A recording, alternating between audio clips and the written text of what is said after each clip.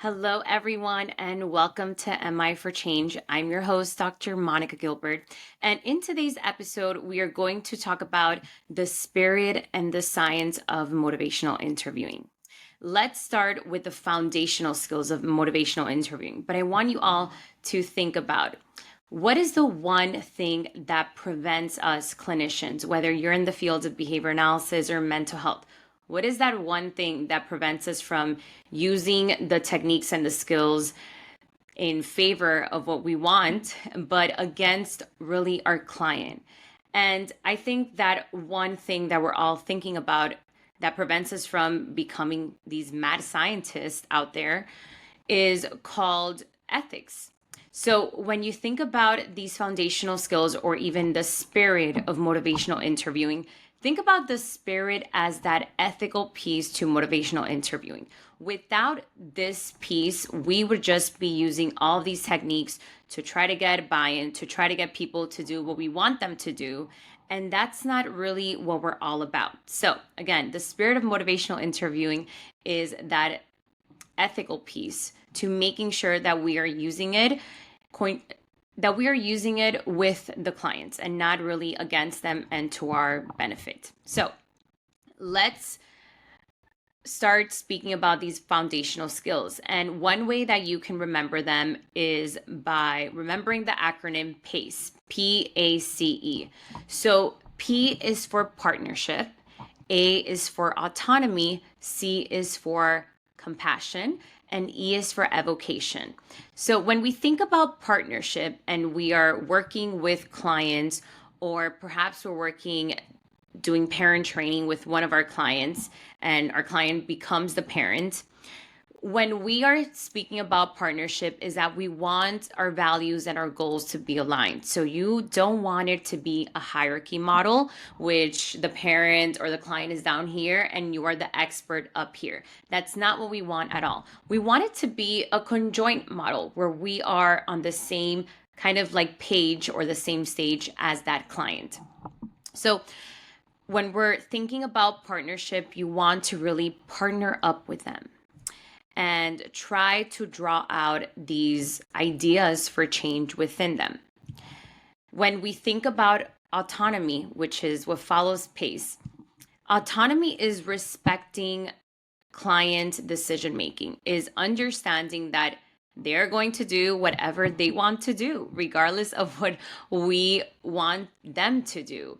And I think that's a very irrevocable right that we all have as human beings to really have that sense of autonomy. What happens when you try to take away that sense of autonomy from a person? Well, they rebel, they become more resistant, they become just against that idea that you're trying to present. So that's why it's so important to respect that autonomy.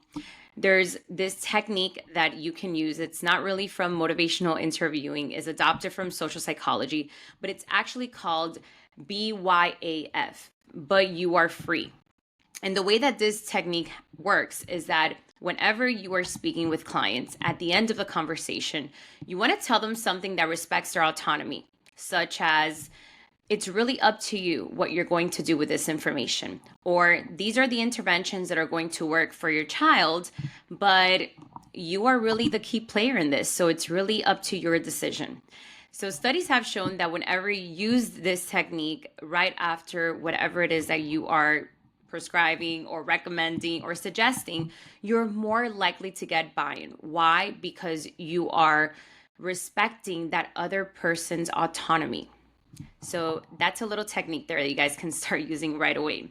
So we already went over the partnership, we already went over the autonomy, and now we're going to go over the compassion. So C is for compassion, and compassion has to do with understanding that perhaps it is difficult for you to feel what that client is going through. I've worked with clients that perhaps are going through trauma-related situations that I've never gone through, but have I gone through some other traumatic situations? Yes, I have.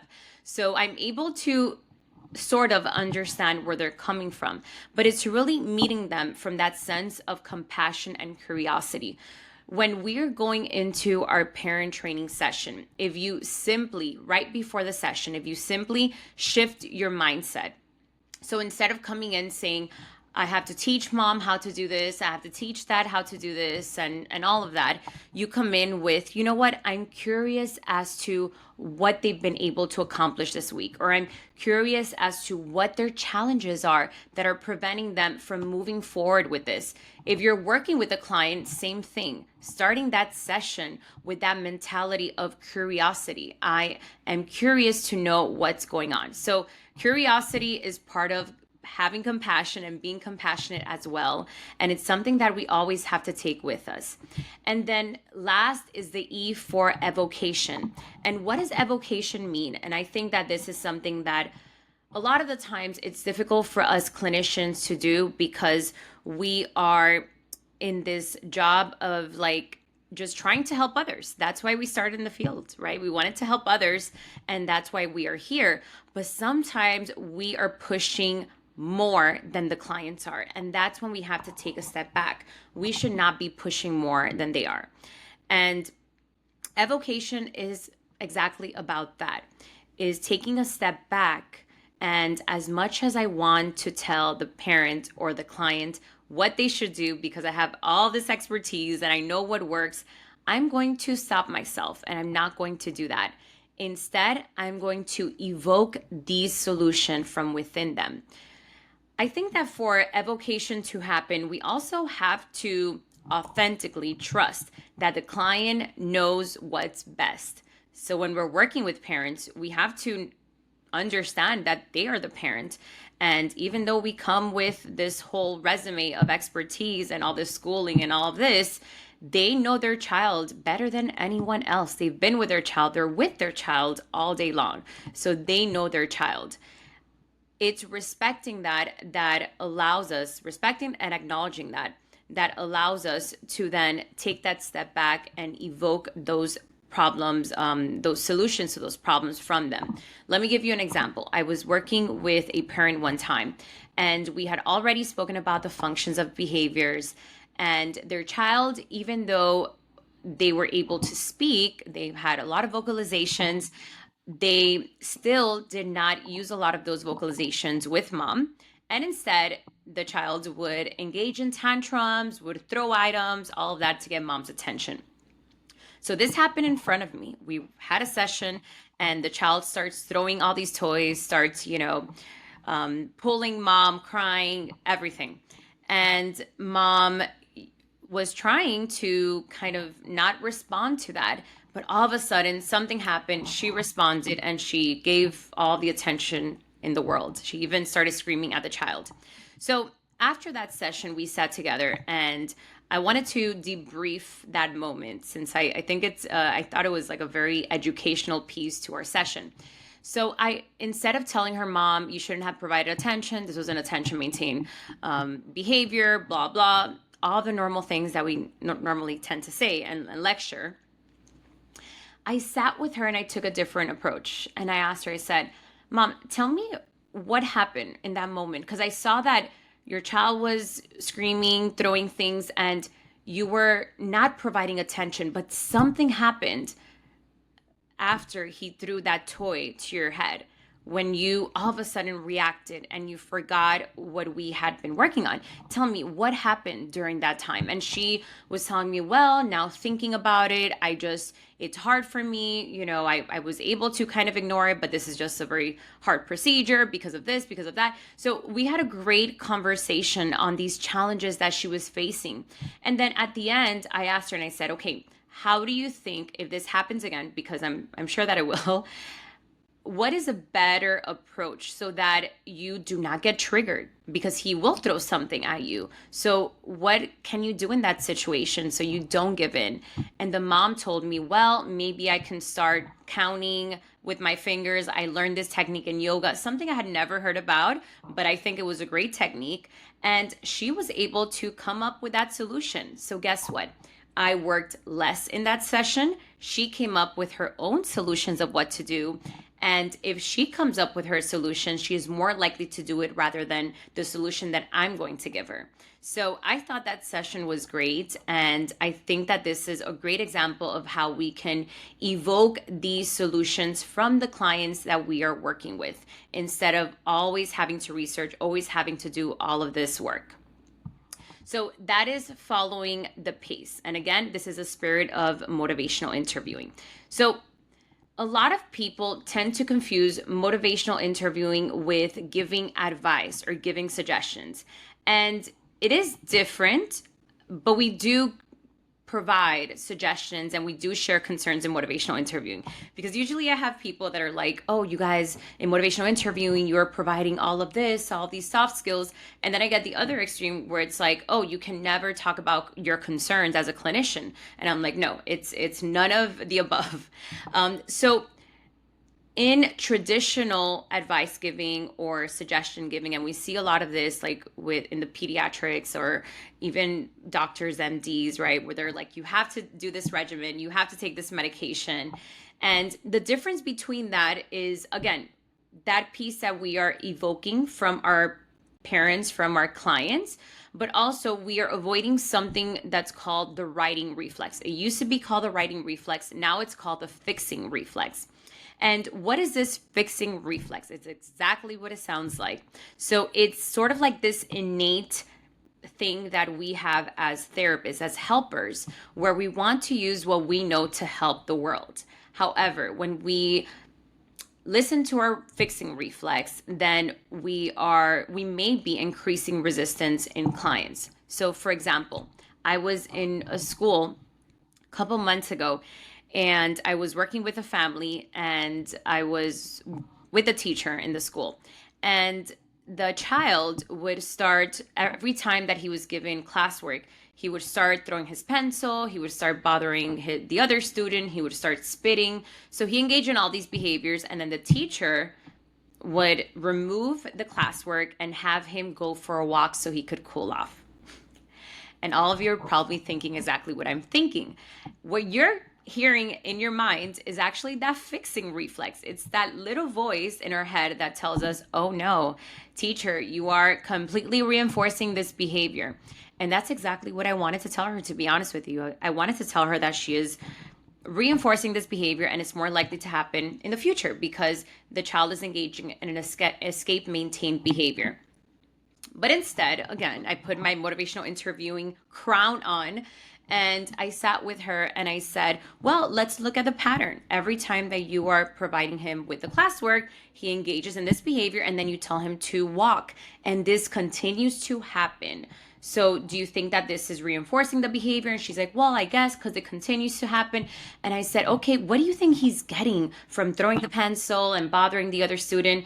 And she started thinking about it. And then she said, oh, I think he's trying to escape the classwork because he doesn't want to do it. And I said, absolutely. So right there, that conversation was so fruitful because it was completely me evoking this from the teacher, even if I knew the responses, the answers to these questions that I was asking her, but I wanted her to come up with it. So this is how you avoid the fixing reflex. We're all going to have it. It's something that's natural, that just comes up, and we just have to acknowledge it and say, nope, not this time. Let me put my motivational interviewing crown on and respond in that manner as well. Now, that is the difference between normal advice giving and what we are doing in motivational interviewing. The other extreme is that in motivational interviewing, we never contrast the client, or we never voice out our concerns for their well-being or what they're doing. And that's not necessarily true.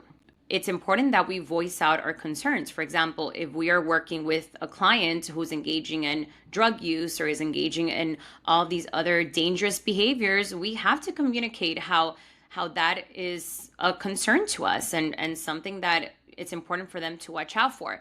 The key here is in the way that we express this concern. So becoming tactful. And when we say tactful, what we really mean is using the correct communication skills in order to convey that information. In the following podcast, I'll talk a little bit about the ORs, which are the foundational skills of motivational interviewing. And one of those is this EPE approach that has been now coined with AOA, so ask, offer, ask.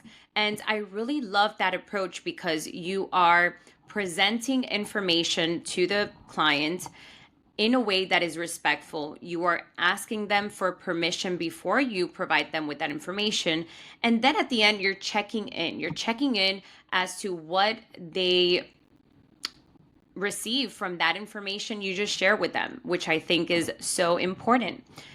So I'll be speaking a little bit more about that, but just so you know, yes, we do express our concerns. We do provide information. We do all those things in motivational interviewing. The key there is just to do it in a way that will not push the client out and will also respect their expertise. So moving into the history of motivational interviewing, motivational interviewing was developed in the early 1980s, and it was developed by Miller and Ronick. And initially, motivational interviewing was born in the field of addictions. So if you've ever worked with addictive behaviors, you know that, again, as I mentioned in the past, it can be very frustrating. And what the field saw is that a lot of clinicians did not want to work with this population or were getting very burnt out. And also, these clients were not coming to therapy. They felt judged. They felt like no one was listening to them, and they just had this big stigma about coming to therapy. So when Miller and Ronick started using these motivational interviewing skills, it really started with addiction, or what we now called substance misuse disorder. And they saw the effectiveness of it, and there's so many other research articles out there speaking about this. And when they saw that it worked really well for this population, they said, hey, let's go into the medical field. Let's give doctors bedside manners, right? Let's go into medication adherence. Let's go into parent coaching. Let's go into these other fields where we tend to see this pushback. And now it's coming into the fields of behavior analysis, which I'm so happy to see. And I think that it's going to be a good combination. It's going to be a good way of keeping behavior analysts practicing in the field and not feeling burnt out and leaving. I actually had a friend that she was a doctoral level BCBA, and she has been in the field for a very long time. I've been in the field for 17 years, and she's been here for like, I don't know, 25, something like that. But she called me a couple years ago, and she told me, oh, I'm gonna stop working in the field. And I said, oh, are you opening your own company? What are you doing? She's like, no, I'm gonna start gardening and making necklaces. And I was like, you're just gonna stop? And she said, yeah, it's just that I'm very burnt out. And when she said that, I was like, wow, she was an amazing, amazing behavior analyst. But I guess after years and years of being in the field and just dealing with the same things that we all deal with, she got completely burnt out. And I said, oh, no. I do not want to go there because I love this field. I want to continue practicing. I want to continue helping. So again, it's important that and again, you may think that how silly communication skills are going to help you not burn out. Absolutely. They're going to help you because it's not only communication skills that we are learning here with motivational interviewing, but it's also the idea that the burden of change doesn't have to always rest within the clinician. It's not your responsibility for the parent to start doing their interventions or whatever it is. It's not your responsibility for your client who has been talking about losing weight or engaging in this behavior and hasn't been able to do it. That change comes from them, should come from them. You are simply here to guide them, not to make that change happen. When we start thinking like that, it completely alleviates a lot of these feelings that we have of having this kind of like hero approach to, save the world or whatever. So I hope that you learned from this podcast from this segment. And if you want to hear more, subscribe to my next segment. We will be speaking about the ORs and about other skills that you can use in motivational interviewing. Thank you for sharing this time with me today. Thank you for joining me on today's episode of MI for Change. If you're ready to keep growing your motivational interviewing skills, I'd love to invite you to explore my MI Academy, where you'll find a full library of on-demand courses designed to help you put MI into practice with confidence. You can learn more at www.drmonicagilbert.com. Until next time, keep asking the questions that spark change.